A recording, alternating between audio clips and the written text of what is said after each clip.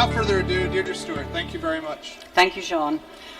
First of all, let me know if I'm too loud. I don't normally need a microphone, so if I see you doing this, I'll know you're too loud. Or I'll know I'm too loud. The purpose of this session is really just to provide updates on the 2018 requirements when it comes to going to HIMSS Level 6 and HIMSS Level 7 in the acute space. So you may be an organisation that is already at HIMSS 6 looking for HIMSS 7. You may be just implementing your electronic medical record at the moment, in which case there are things that have changed as of the 1st of January this year. So to explain a little bit about why they have changed, it's because the original HIMSS adoption model for the electronic medical record was produced in 2005, and it set at that stage what were they were quite difficult standards to achieve as you went up through, from having your basic laboratory and pharmacy information systems and your radiology systems to then how do we start clinical documentation, what do we do with clinical decision support, how do we get the nurses on board, how do we get the doctors to do order entry, and how do we make medication, safe administration of medication. But that became very achievable, and hospitals were doing more and more, and it seemed to be over the last few years that it was actually not all that difficult at all to get to HIMSS Level 6. But meanwhile, the technology that is available out there has seriously improved. So after discussion around the world with CIOs and with clinicians and everybody else, HIMSS came up with a new set of standards that are available, that were expected to be used from the 1st of January 2018.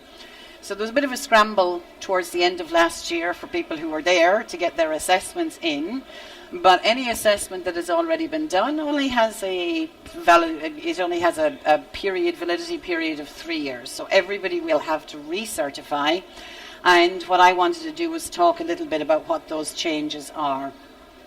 So before, it didn't include the emergency department. Now it does include the emergency department. Before, you may have been able to do documentation across or do your automation across a set of inpatient units. Now it's across all of the inpatient units. You can't say, okay, my orthopedic service is HIMSS 6, or my women's health is HIMSS 6, but the rest is not following. So it's increasing those standards. One thing I was really happy to see this in these new standards is that there's an additional focus now on allied health. Because allied health, a lot of the times they were falling through, and allied health, I would mean your respiratory therapists, occupational therapists, your physiotherapists. A lot of their documentation may have remained offline. Some of it was online, but now it should all be there, and because all of that's going to flow into the single electronic medical record.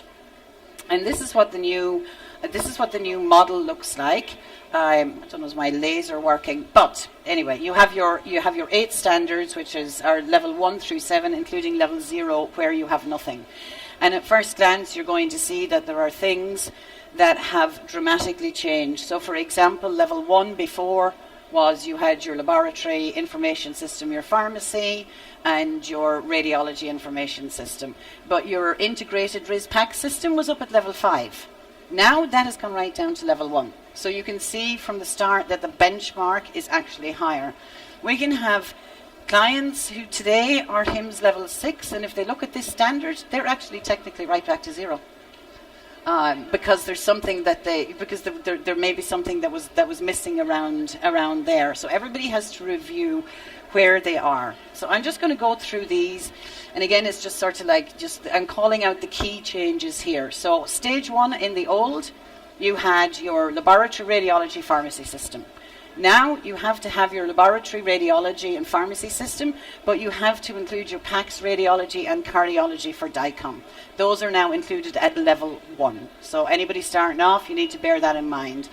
Your hospital needs to be 100% filmless, unless somebody is bringing in a film with them from outside, in which case you will scan that and put it into your archive anyway. And you need patient-centric storage for non-DICOM images. So that's the main one at level 1. At level 2, of course, you always had to have your clinical data repository. but it could actually be quite, it didn't have to be like as comprehensive before as it does now. So you had your CDR that always was supposed to contain your medical vocabulary. So you had your LOINC, your CPT, your SNOMED, whatever you used for coding should have been part of it, and very crude or clinical decision support, i.e., I'm allergic to penicillin. Penicillin has been prescribed, fire up an alert. That was your basic level of clinical decision support that was expected.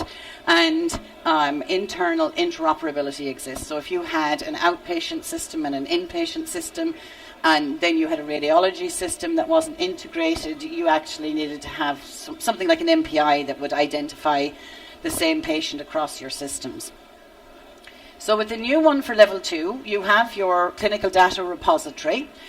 But the big difference here is that you're looking towards your single sign-on. So take your organization that has, for example, 2 different systems, one in the inpatient and one in the outpatient.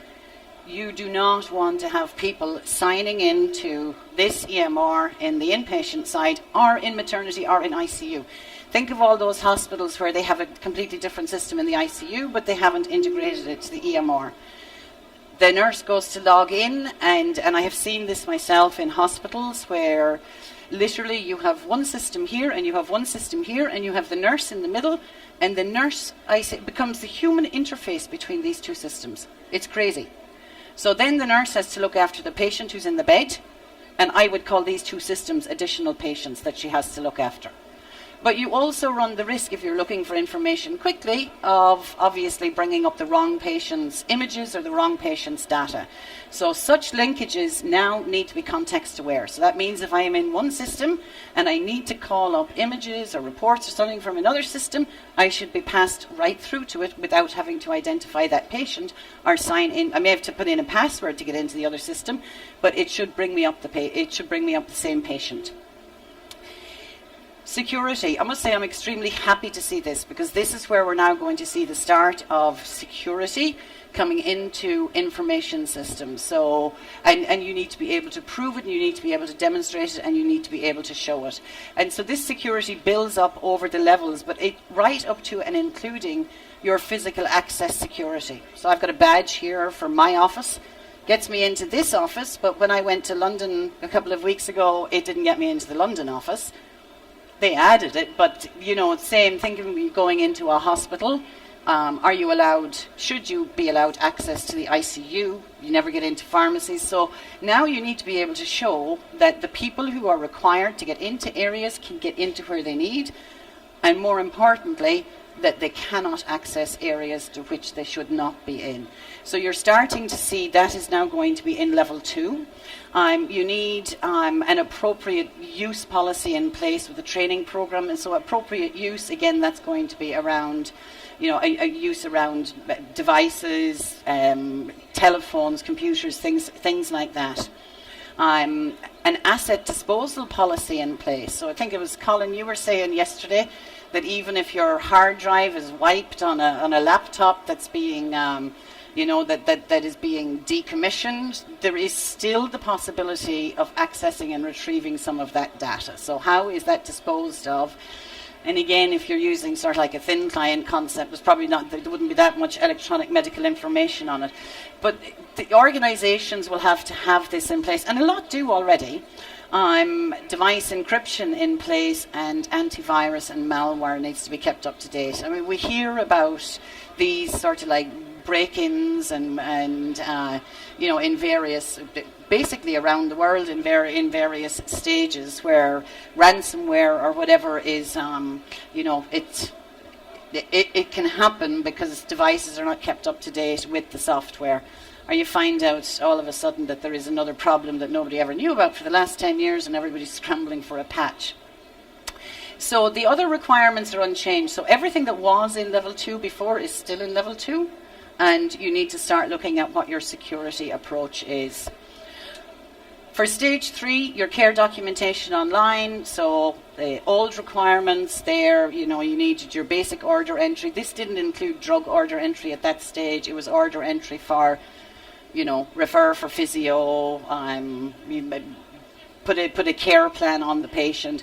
Nursing documentation, vital signs, things like that were all in there in the start of your EMR for your documentations, and a little bit more clinical decision support was at that. So that was around, if you documented that, let's say, a patient was at risk of a skin breakdown, it would suggest that you put them on a nursing plan to prevent something like that. So that would be the next level up of clinical decision support.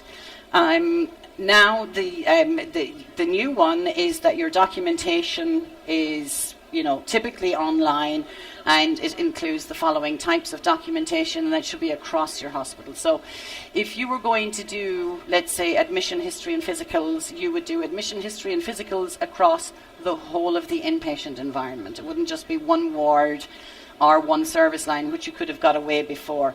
As I say, routine allied healthcare is coming. The benchmark they've set is about 50%. 50% of your nursing documentation or above should be online. Obviously, when we talk with people and we advise them, why go 50%? Why keep 50% on paper? Because you still have that complete breakdown in care between them. But it must also be live in the emergency department. So you're able to track that information from the emergency department through the inpatient, and then obviously into the discharge note. It could be seen in the outpatient afterwards. The new one I've seen here is around role-based security access, or RBAC. Most standard electronic medical records will have a role-based security, but it's amazing how quickly these things actually expand. You get more users, you get more features, you get more functionality. You forget to turn things off, you turn things on. So there should be a matrix which would actually cover that. For stage 4, this again, physician orders, so all CPOE should be done in stage 4. So those were the old ones. So it's implemented, and that included medication ordering in the previous model. Now the CPOE. So if you look at the documentation, these are the percentages. So everything from nursing and allied documentation was 50% on stage 3. Everything from CPOE should now be 50%, including meds, and it would have the advanced clinical decision support at least 50%, and that includes the ED. So you can see again, your clients, your patient's story is building up the amount of data that is available from all people. Again, they say 50%.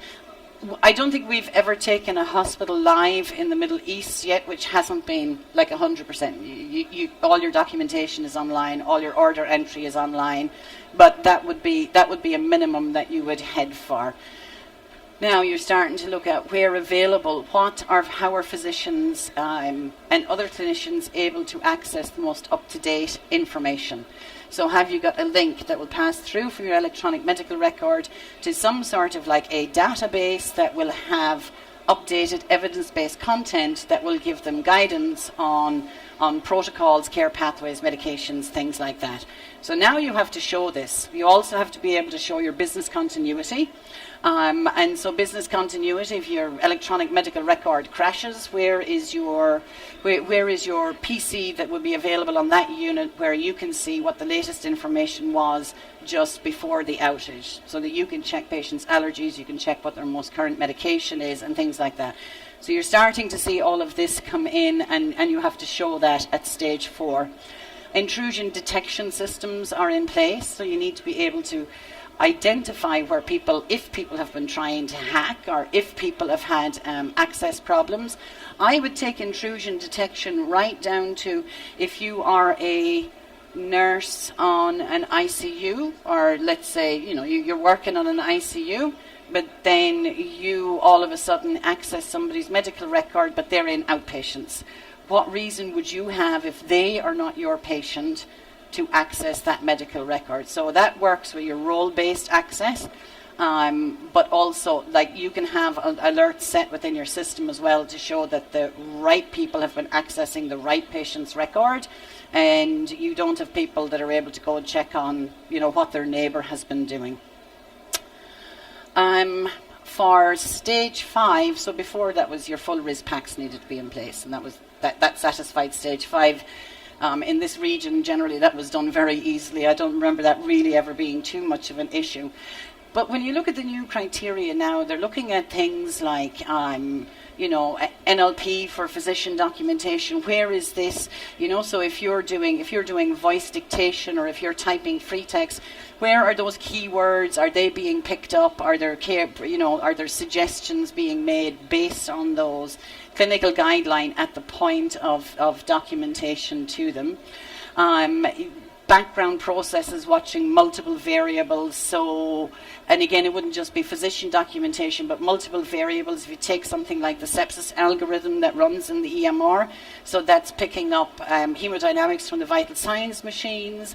It's picking up, discrete data that is, let's say, documented by the nurse. It's picking up lab results, and something needs to be pulling all those together and working in the background. So generally, any of your rapid response or your sepsis algorithms or any of those would meet this criteria, but you need to be able to show those to the HIMSS people. So apart from the fact that they're good practice to have in and they save patients' lives, you need to be able to demonstrate those, and it's the sort of like if they speak to any end user, the end user needs to be able to explain, we have got this one which will pick up sepsis, or we've got that one which will pick up rapidly deteriorating patients, or whatever. So that would be another example of what you want. Then they start increasing the amount of documentation. You're moving from 50 towards 90% of all documentation would need to be online. Intrusion prevention is in here as well, and portable devices. If the hospital owned, what is the security around those? So that gets into the whole area of, do you bring your own device to work? If you do bring your own device to work, how is that secured? How do you make sure that you don't have patient data? And a lot of times a lot of the breaches that are seen are people like, it could be somebody photographing a wound, and I think Colin had a good video going yesterday which showed one of the big cases that's going on at the moment was like a surgeon who was taking photographs of his patients before and after, uploaded those to his website, but there was a wrong tag in there, wrong HTML tag, and it actually put the patient's information as well. So they were supposed to be anonymous. And there's that something like that is going to be really costly and really significant. And devices can be remotely wiped. I know if my mobile phone was stolen right now from my handbag, I just have one number to call in Kansas City, and I say my device has been stolen, bang, it's wiped. It's no good to anybody. They can't access it. So what are organizations doing in relation to things like that? Thinking laptops that are stolen from cars, and what information is on those. So it starts to come quite, it's far more, I think you get the feel it's far more comprehensive. Stage 6 before, people, okay, we've got full CPOE. All our order entry is online, all our physician documentation is online, and now we're doing closed loop meds. Perfect, we've got HIMSS level 6. It's going further, and it's a good thing that it is. So your technology is used for ordering your medications, for administering your medications. Technology is now used to verify blood products, and that's for your safe transfusions, and to verify human milk. And when the mother expresses it, you need to be able to identify, and it's like a medication for the baby. You're going to scan the baby, you're going to scan the milk, and you're going to make sure that the right baby gets the right milk. And so and specimen collection as well. So all of these are around the areas of positive patient identification and patient safety. Now you are going to be, and that needs to be done because a lot of that is a relatively new process. So they're saying at a minimum you should be doing 50% of all your patients should have that. I would go a bit higher. If you have it, use it. I mean, why not? But anyway, that would be the minimum criteria. And again, you would not want to show what you're doing around your mobile, and if you allow bringing your own device to work, how all of that is managed. Now, something else, I find it a little bit surprising, but it is not mandated at the moment that they will require an anesthesia system. We see anesthesia, and I think your surgery system was in there as well. So it's not scored, but you get, it's really good if you have them in. But there's 5 years notice for organisations if they haven't got surgery and anaesthesia to get those into the electronic medical record. So people should be thinking about that from now. If you have your pumps, your infusion pumps, at least one direction from the EMR to the pump, it would be good. There's 7 to 10 years notice. A lot of this is to allow people, there could be organisations that have pumps that actually don't have the capacity to be interfaced to an EMR, and there aren't that many of them that will do bidirectional, so you can program from the pump back into the electronic medical record and the other way around, so you can control them from either space. So there'll be a good sort of like run up to that over the covering years. And then anything, usually that I see anything else that you do, and what I like to see when HIMSS come to this region and assess the hospitals, is they always go away with new and intriguing and things that they have not seen elsewhere before, whether it's like locally designed clinical decision support, whether it's new workflows involving integration, where integration in patient rooms, it's fairly sort of like incredible what goes on here. So that's the new level 7. And so I had to look at this and I thought, so what do we need to do as sort of like partners with our clients? And it's sort of like we need to have a more holistic program. So it's not just you've put this in the EMR, let's call HIMSS, let's get validated. It's not. It's now, how is my organisation kept safe? How are my patients kept safe? How do I make sure that this is sort of like driven out into the culture? Maybe you need to get some additional sort of like, software, hardware to meet the standards. But have you got these? And I'll go into these in a little bit more detail. How am I doing for time? Have I got 5 more minutes? Okay. All right. What your people need to be able to explain what their access is, what their responsibilities are, and how they know it. It's not just that you've put it in as an IT department. What happens with downtime? So again, downtime policies need to be reviewed regularly and they need to be updated. It's fantastic when you go into a hospital and they say, where's your downtime policy? It's like, we have that downtime in 10 years. Let me find, and you'll find that it's in some cupboard and it's been covered in dust and it has been out for 5 years, but hey, that's no longer appropriate because your system has been updated and everything else. So that needs to be a sort of like a living document. This is one I'm always sort of like pushing as well. How do you ensure that your biomed department are that they're integral to everything? So if your biomedical department are not actually sitting at the table when you're making decisions about what your future purchases will be, they should be, because they can't operate. They may see the coolest equipment and they may think this is really good. They may be sort of like have contracts that will only last, that are due to last for another 2 or 3 years. But in a lot of those cases, that equipment is being used by doctors, is being used by therapists, they're being used by nurses. They know what they want, and they should really align with where the health information technology roadmap is going and what is the most useful. So think of it, if you have, let's say, a laptop with your hospital system and you have something like a vital signs machine here, and you're walking down the corridor and you've got both of these and you're trying to open the door and you bang open, you pull your vital signs machine in and then you pull your laptop in and then you bring up the patient and then you do the vital signs and then you put them from there into there. How much easier is it when you can just walk in with the vital signs machine, put the cuff on in it, give me your arm there, I'll measure your blood pressure, and you press send on the vital signs machine and it uploads it automatically to your electronic medical record. So this is why you need, they're looking at this is what I think we all need to be focused on here, is how do we bring these departments closer together going forward so that the clinicians get what they want, the patients get what they need, and everything is just a lot smoother. If you're going for the certification, you need to be able to demonstrate and articulate clearly what is your network security about. How do you manage your antivirus and your malware programs, and how you organize and document your training programs.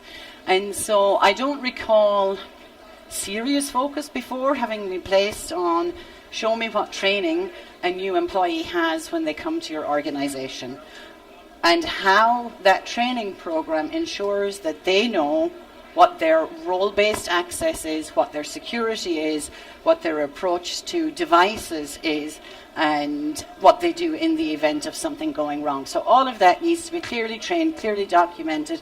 And if they speak to anybody in the organization and they ask them a question about access, security, things like that, everybody needs to be able to know, and everybody needs to be able to say it.